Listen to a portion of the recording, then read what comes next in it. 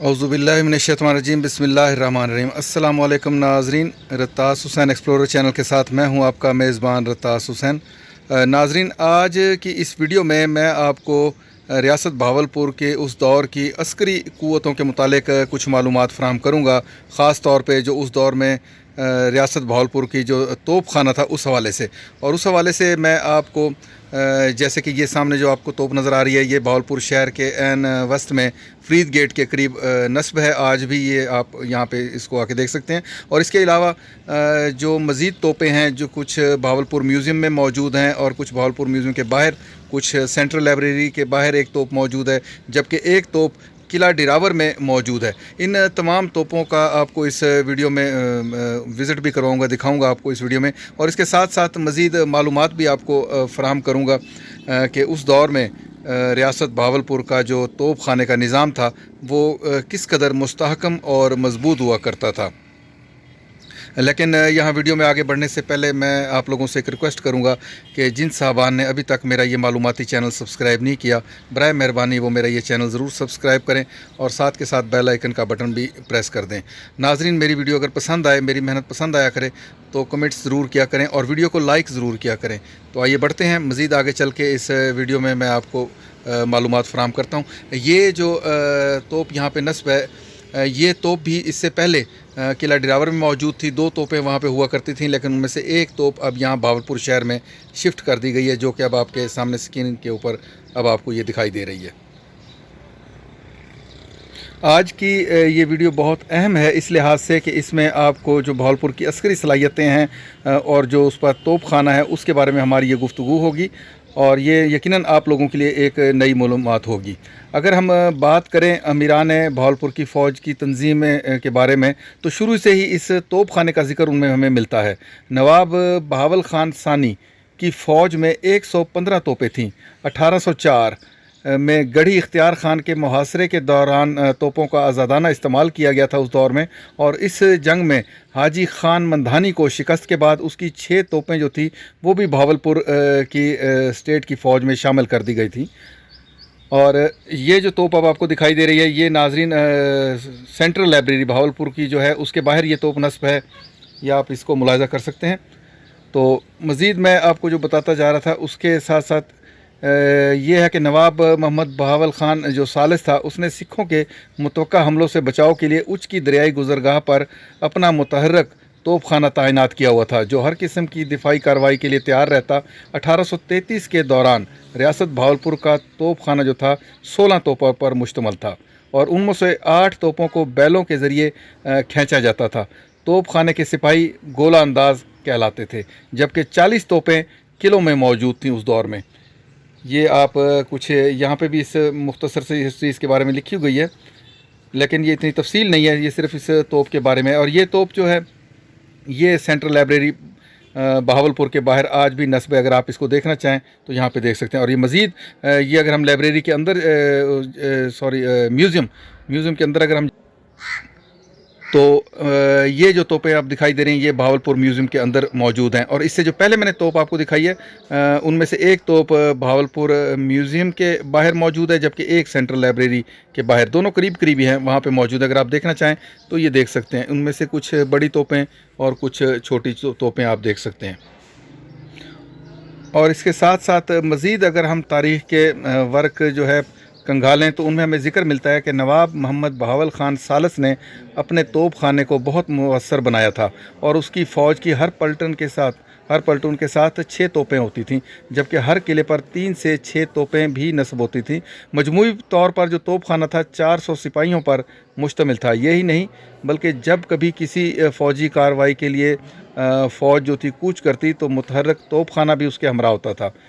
तोप खाने की ज़रूरत को बाद दीगर नवाबों ने भी महसूस किया और नवाब फ़तेह ख़ान ने 1856 में आगा इकबाल नामी तोप साज को अपना मुलाज़म रखा। वो शाह शुजाउल मुल्क की मुलाजमत में रहा था। उसने बहावलपुर में तोप खाने का जो कारखाना था इब्तदाई तौर पर वो कायम किया और यहाँ पर 2 बड़ी तोपें उसने तैयार की। आगा इकबाल ख़ान को अफसर तोप खाना भी मुकर्रर किया गया था उस दौर में।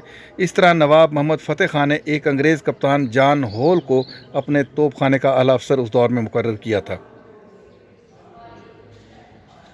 ये आप देख सकते हैं कि तोपों के साथ उनके उसी दौर के फौलादी किस्म के व्हील भी बनाए गए थे ताकि फ़ौज के साथ इनको बवक्त ज़रूरत हरकत देने के लिए ये उसके साथ आगे तरफ मूव कर सकें।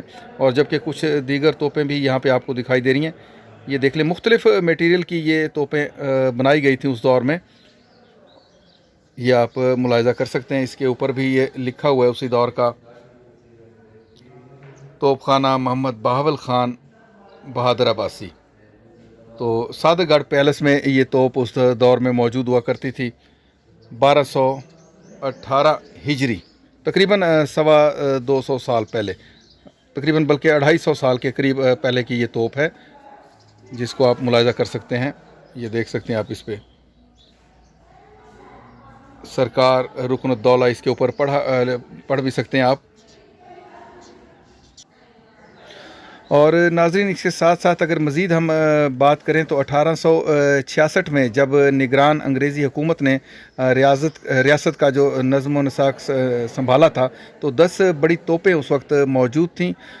वो जो थी पुरानी देसी साख्त की पीतल की तोपें थीं, जिनका इस्तेमाल ख़तरे से उस वक्त खाली नहीं था। तो फौरी तौर पर फ़िरोज़पुर की जो असला साज फैक्ट्री थी, वहाँ से 6 जो पाउंड मज़ल लोडिंग बैरस नामी जो तोपें थीं, उनको वहाँ से मंगवाया गया। और जो उस दौर में पुरानी तोपें थी, उनका जो इस्तेमाल था वो ख़त्म कर दिया गया था। अब ये जो तोप अब आपके सामने है, ये तोप इस वक्त भी अगर आप देखना चाहें तो किला डिरावर में आज भी ये तोप आप देखें जाएँ तो ये वहाँ पे आपको मौजूद मिलेगी। और इसके साथ साथ मज़ीद मैं आपको नाज़रीन बताता चलूँ कि 1904 में बाकायदा फ़ौज के पास 25 तोपें उस वक्त मौजूद थीं। उनमें से 17 जो तोपें थी वो भावलपुर की निज़ाम रेजिमेंट के पास, जबकि 3 तोपें जो थी अहमदपुर की रेजिमेंट नंबर 3 के पास थी और 5 डिरावर किले के अंदर मौजूद थीं। इन तोपों के अलावा सलामी की तोपें जो थीं वो अलहदा थीं और इन्हें बहावलपुर और सादगढ़ पैलेस में रखा गया था ताकि किसी अहम शख्सियत की आमद पर उन्हें इस्तेमाल किया जा सके। और इन तोपों का मुआयना कम से कम 2 साल में एक बार हुकूमत हिंद के जो मिलिट्री ऑफिसर्स और असला साज फैक्ट्री के मैकेनिकल इंजीनियर थे वो आके किया करते थे। और वक्तन फ़वक्तन पुरानी तोपों की जगह नई या इजाफ़ी सलामी तोपें ख़रीदी जाती थीं। इस मकसद के लिए भी बाकायदा हुकूमत हिंद के महकमा दिफा से इजाज़त ली जाती थी, मगर पुरानी तोपें वापस भिजवा दी जाती थीं। जबकि नई तोपें कीमतन फ़िरोज़पुर जो आर्डीनेंस फैक्ट्री थी वहाँ से ख़रीदी जाती थी। ग़ालिबन अंग्रेज़ी जो हुकूमत थी उनका ये हिफाजती इक़दामात इसलिए करती थी कि कहीं कोई ऐसी देसी साख्त की जो तोप हो वो अपने तौर पे रियासत भावलपुर में कोई ऐसा तोपखाना कायम ना कर ले जो बाद अज़ां ख़तरे से खाली ना हो। तो इस ख़तरे के पेश नज़र जो थी बाकी जो तोपें थी वो फ़िरोज़पुर जो थी वहाँ से मंगवाई जाती थी। ये आप मुलाहिज़ा कर सकते हैं, ये भी एक उसी दौर की तोप है। और ये जो कुंडे से नज़र आ रहे हैं, इनको उस दौर में बैलगाड़ियों से और इस तरह किसी भी चीज़ के साथ बांध के बवक्त ज़रूरत यहाँ से खींच कर अपनी मंजिल मकसूद की तरफ ले जाया जाता था। लकड़ी के इसके मज़बूत जो थे, उस दौर की क्वालिटी के अच्छी वाली लकड़ी थे, उसके में इसके व्हील बनाए जाते थे और उनके ऊपर ये लोहे का इस तरह का चढ़ाए जाते थे। ये देख सकते हैं आप, ताकि इसको मज़ीद मज़बूत बनाया जा सके। और ये आप मुलाहिज़ा कर सकते हैं किस कदर उस दौर की ये मज़बूत तोप आज भी यहाँ किला डिरावर में मौजूद है। इसी तरह की जो तोप मैंने आपको दिखाई है, जो आज कल भावलपुर फरीद गेट के पास नस्ब है, वो भी यहाँ पहले किला डिरावर में इसी के करीब हुआ करती थी, लेकिन बाद में उसको भावलपुर शहर में शिफ्ट कर दिया गया। ये अब आप मुलाहिज़ा कर सकते हैं, 3 इसके जो लकड़ी के व्हील हुआ करते थे, 2 आगे बड़े और पीछे एक छोटा। तो ये अभी कुछ जो तोपें इस वक्त मौजूद हैं जिनका मैंने आपको विज़िट करवाया, जबकि इसके अलावा भी कुछ तोपें ऐसी हैं जिनको अभी तक आवाम की नज़र से पोशीदा कर दिया गया है। और जो कुछ तोपें थी उस दौर में वो हुकूमत पाकिस्तान के हवाले कर दी गई थी। ये आप मुलाहिज़ा कर सकते हैं। किला डिरावर के बारे में अगर आप डॉक्यूमेंट्री देखना चाहें तो उसकी मैं इससे पहले वीडियो अपलोड कर चुका हूं, मुकम्मल तफसीली वीडियो किला डिरावर की। अगर वो आप देखना चाहें तो वो भी आपको मेरी वीडियोस में मिल जाएगी। ये देख लें नाज़रीन, उसकी बैक साइड पे भी उसी तरह के ये कुंडे देखें आप, लोहे के फौलादी कुंडे नस्ब हैं, जिनके साथ जंजीरें बांध कर इसको आगे फ़ौज के साथ नकल व हमल के लिए रखा जाता था। किस कदर मज़बूत और फौलादी तोप आज भी यहाँ किला डिरावर में आपको दिखाई देगी।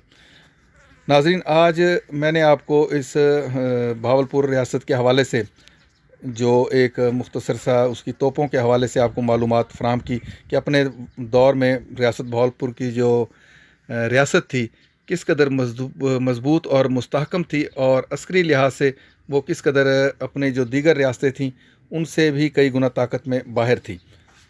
तो इसके साथ ही मैं आप लोगों से इजाज़त चाहूँगा। फिर इंशाअल्लाह किसी और तारीख़ी मकाम पे आप लोगों से मुलाकात होगी। तब तक के लिए इजाज़त। अल्लाह हाफ़िज़। खुदा पामान।